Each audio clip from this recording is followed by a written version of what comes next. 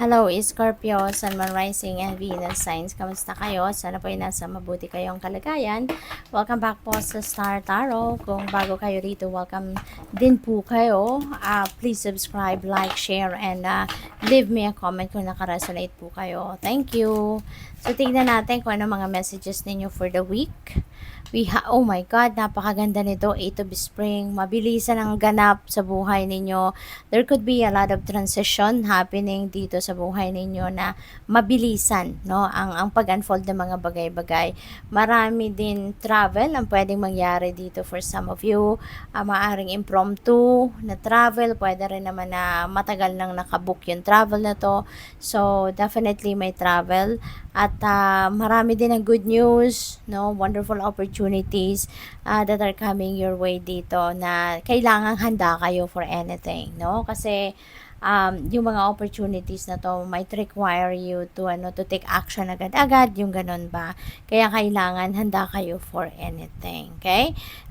It might be stressful for you kasi hindi lang iisa, no, na opportunity ang pwedeng dumating. Hindi lang iisang balita ang pwedeng dumating. Pero always remember, no, na lahat ng ito ay biyaya para sa iyo. Lahat ng ito ay blessing na hatid sa inyo ng Divine Universe. We have renewal. It's time to get clarity about your life purpose and make changes so that you're on the path most divinely suited for you. Forgive what has been without judgment and fearlessly embrace what's to come. Ayan. So, siguro ang iba sa inyo ngayon, Scorpio, parang ang lalim siguro ng iniisip ninyo, no? Ang lalim ng iniisip ninyo, ang lalim ng dinidiskarte ninyo sa buhay sa ngayon. Possible na ang iba sa inyo din ngayon, yung parang siguro iniisip ninyo, ano kaya ang purpose ko sa buhay? Ano kaya ang dahilan? Bakit ako nandito? Why am I existing in this world? No? So siguro napapag-isip kayo, it's maybe because nasa spiritual awakening journey na kayo sa ngayon. So, pwedeng ganon. Kaya, hinahanap mo na ngayon yung deeper meaning ng inyong existence. Hinahanap mo na ngayon yung dahilan, no? Bakit kayo, ang rason, bakit kayo nandito, 'di ba? Bakit kayo nasa sitwasyon ninyo sa ngayon? Yung ganun ba? No? So, napakaganda kasi parang mas lumalapit na kayo ngayon sa universe, no? Sa divine universe. Parang you are in alignment ngayon with God, no? So, napakaganda. We have the Empress. Napakaganda rin. Ng Empress energy. This is very abundant and prosperous, no? Very, ano din ito, there is also fertility, no? Dito. Kaya pwedeng ang iba sa inyo baka buntes or magbubuntes pa lang or baka manganganak na ang iba, pwedeng ganun din ang ganap. Also, pwede rin na you are nurturing a plan, maybe you are nurturing a project, pwede rin ganun ang ganap. Pwede rin may inaalagaan kang tao, maybe you are taking care of kids, you are taking care of elders, baka yun ang trabaho ninyo, or baka, no, may magulang ka na under your care, pwede rin ganun ang ganap dito. At tsaka, there are a lot of opportunities, no, that might come your way dito na maghahatid sa inyo ng prosperity and success sa buhay. Kaya, good luck sa iyo and congrats. We have, oh my God, 10 of Autumn. This is also about wealth, no? This is about wealth. This is also about prosperity and abundance, contentment, pagdating sa kaperhang aspeto. Probably, ang iba sa inyo nakapag-ipon na talaga ng pera. Maybe you are financially stable already. Pwedeng ready na kayo, no, for the future. Kung ano man ang mga pangangailangan ninyo, financially, materially, maaaring handa ka na talaga na i-provide, no, yun para sa pamilya ninyo, para sa sarili mo, syempre.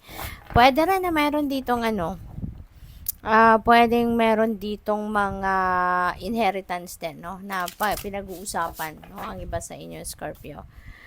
Before I go on, I would like to say thank you pala, no, doon sa mga suporta ninyo po sa aking channel. Thank you sa mga hindi nag-skip ng ads. Maraming salamat din sa mga tulong ninyo through Super Thanks, yung mga donation po ninyo. Maraming salamat. God bless you all. Reconciliations, napakaganda rin, no? Makakaluwag na ngayon ang pakiramdam ninyo kasi meron ng pagbabate, no, na mangyayari dito sa kung sino man na nakagalit ninyo dati. Meron kayong hindi pagkakaintindi with someone dati, so yun, magbabati na kayo, mag-aayos na kayo sa ngayon. So this is really good kasi kahit papano mabubunutan na kayo ng tinik sa inyong dibdib, kahit papano magkakaroon na kayo rito ng forgiveness, acceptance, 'di ba, sa kung ano man na nangyari. Kaya willing na kayo na mag-move on, no? So which is really good. So what else? We have preparing the way, forgiveness. Ayan, speaking of forgiveness. Ayan na nga. So meron na tayong forgiveness energy. So definitely talaga your heart is oozing with love, no? Mas pipiliin ninyo yung pagmamahal, pag-ibig, no, kisa sa galit, kisa sa tampo, yung gano'n, no? Kaya kayo makikipag-reconcile na. Or po pwede rin na kung sino yung nakagalit ninyo or nakatampuhan ninyo, pwede rin na sila yung mag-a-approach sa inyo, sila yung magte-take ng ng big step para na lumapit sa iyo, maglakas ng loob, magpaka-humble, 'di ba? Enough para humingi ng forgiveness ninyo.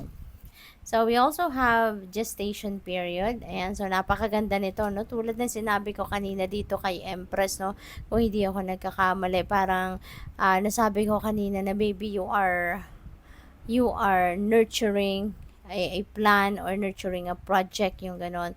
So, ito din ang sinasabi ng gestation period. Ganon din siya na meron kang inaalagaan. Maybe you are nurturing and cultivating something dito na pwedeng plano, pwedeng proyekto, pwedeng business plan, mga ganon, ano, along those lines. Ang inaalagaan ninyo, pinagpaplanuhan ninyo maigi, pinaghahandaan ninyo sa ngayon. So, whenever you are ready na to implement them, kapag handa ka na na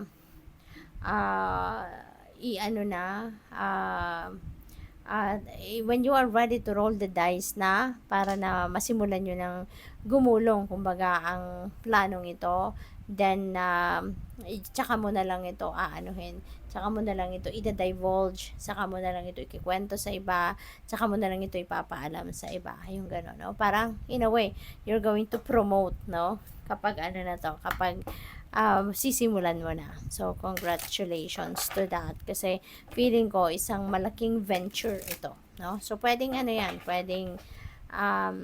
pwedeng business. So what else? We have happiness, magiging masayang-masaya ka na. Of course, kasi wala na yung bigat sa dibdib mo. 'Di ba? Nasa tapat niya si reconciliation and forgiveness. At ito yung siguro, 'di ba, mabubunutan na kayo ng tinek sa dibdib, kaya gagaan na din yung pakaramdam ninyo, magiging maliwalas na din yung pag-iisip ninyo, kaya eventually you are really going to be very happy, 'di ba? Magiging masayang-masaya ka na sa buhay. At saka sa maraming blessings na paparating. Dito pa lang, dito, daming pera, that is wealth, abundance, prosperity, 8 of spring, a lot of opportunity. So, you have so many reasons to be happy talaga sa ngayon, Scorpio.